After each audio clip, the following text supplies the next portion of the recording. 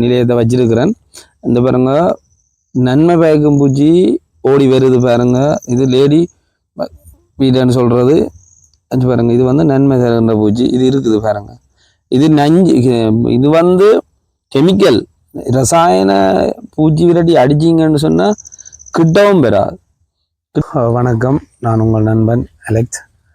நான் ஒரு ஆசிரியராக இருக்கிறேன். எங்களுடைய இந்த தோட்டங்கள் செய்கிறதுல சின்ன சின்ன ஆர்வங்கள் இருக்குது. அதுவும் இந்த உலகத்தில் வந்து சவாலான ஒரு வேலை. நஞ்சில்லாமல்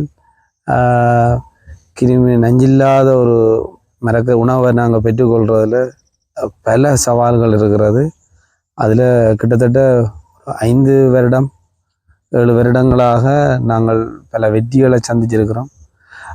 அதை மக்களுக்கு அதை வெளிப்படுத்தணும், தெளிவுபடுத்தணும் என்ற ஒரு சின்ன ஒரு ஆசை. அதே நேரத்தில் எங்களுடைய நாடு பொருளாதார நெருக்கடிகளில் எல்லாராலையும் விவசாயம் செய்யலாம் என்ற ஒரு சின்ன நம்பிக்கையை ஊட்டும் முகமாக தான் இந்த காணொளியை நான் உங்களுக்கு சொல்கிறேன்.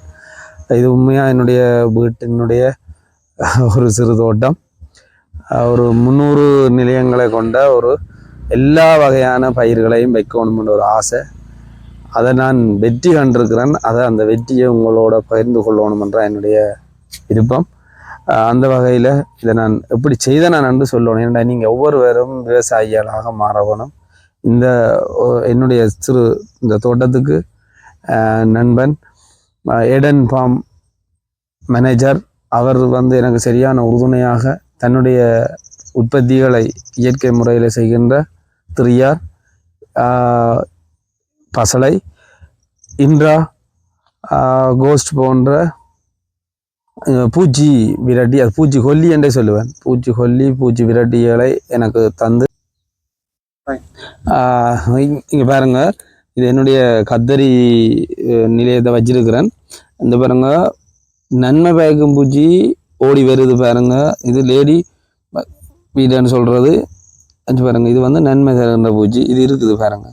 இது நஞ்சு, இது வந்து கெமிக்கல் ரசாயன பூச்சி விரட்டி அடிச்சிங்கன்னு சொன்னா கிட்டவும் பெறாது.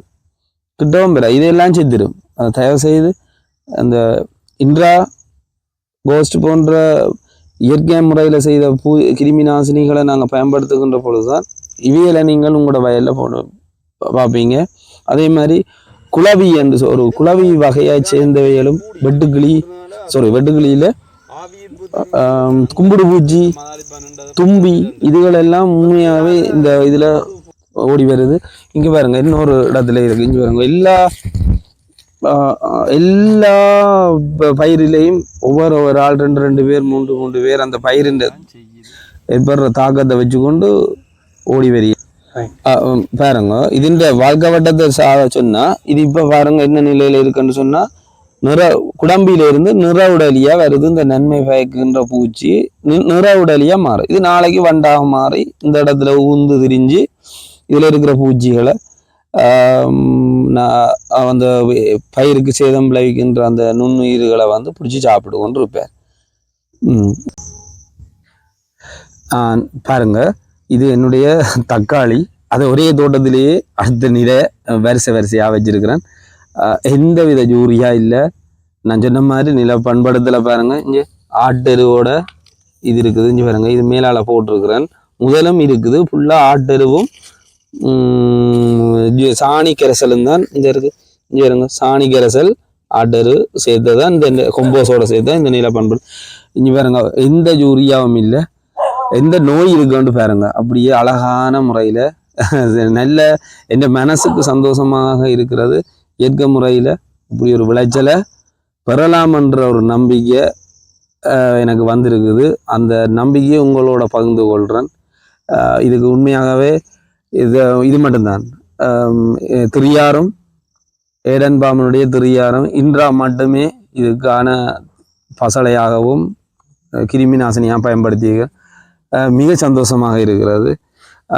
அந்த நிறுவனத்துக்கு என்னுடைய நன்றியை நான் தெரிவித்துக் கொள்கிறேன். மிக சந்தோஷமாக மனச்சந்தோஷமாக என்னுடைய நன்றியை தெரிவித்துக் கொள்கிறேன். இதே நண்பர்களை பாருங்க. இதில் இன்னொரு விஷயத்தை நான் சொல்லணும். இது வந்து வயிறு நீங்கள் மணத்தக்காளி மணித்தக்காளி என்று இது உண்மையாக இதனுடைய மருத்துவ பலன்கள் அது வேறு.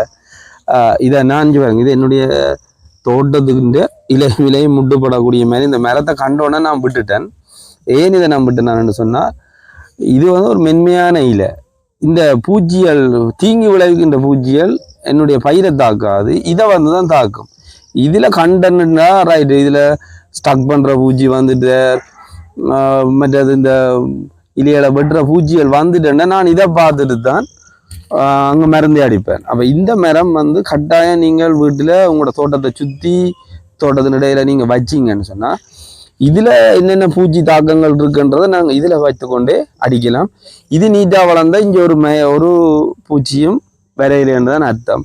இதையும் நீங்கள் தோட்டத்தில் இதை விட நீங்கள் பூச்சி விரட்டி மரங்கள் இருக்கிற செவந்தி, சூரிய காட்டு சந்திரகாந்தி அதுகளையும் வளர்க்கலாம். அதை விட இது ஒரு மணத்தக்காளி ஒரு சிறந்த ஒரு பூச்சியை கண்டுபிடிக்கலாம். நல்ல பூச்சி விரட்டியெல்லாம் கண்டுபிடிக்கலாம். இதுவும் ஒரு சிறந்த ஒரு மரம். இதை நீங்கள் உங்களோட தோட்டத்தில் கண்டா பிடுங்கி எறிஞ்சிடாதீங்க, ஒரு கரையில் வளர்த்து விடுங்க. நன்றி.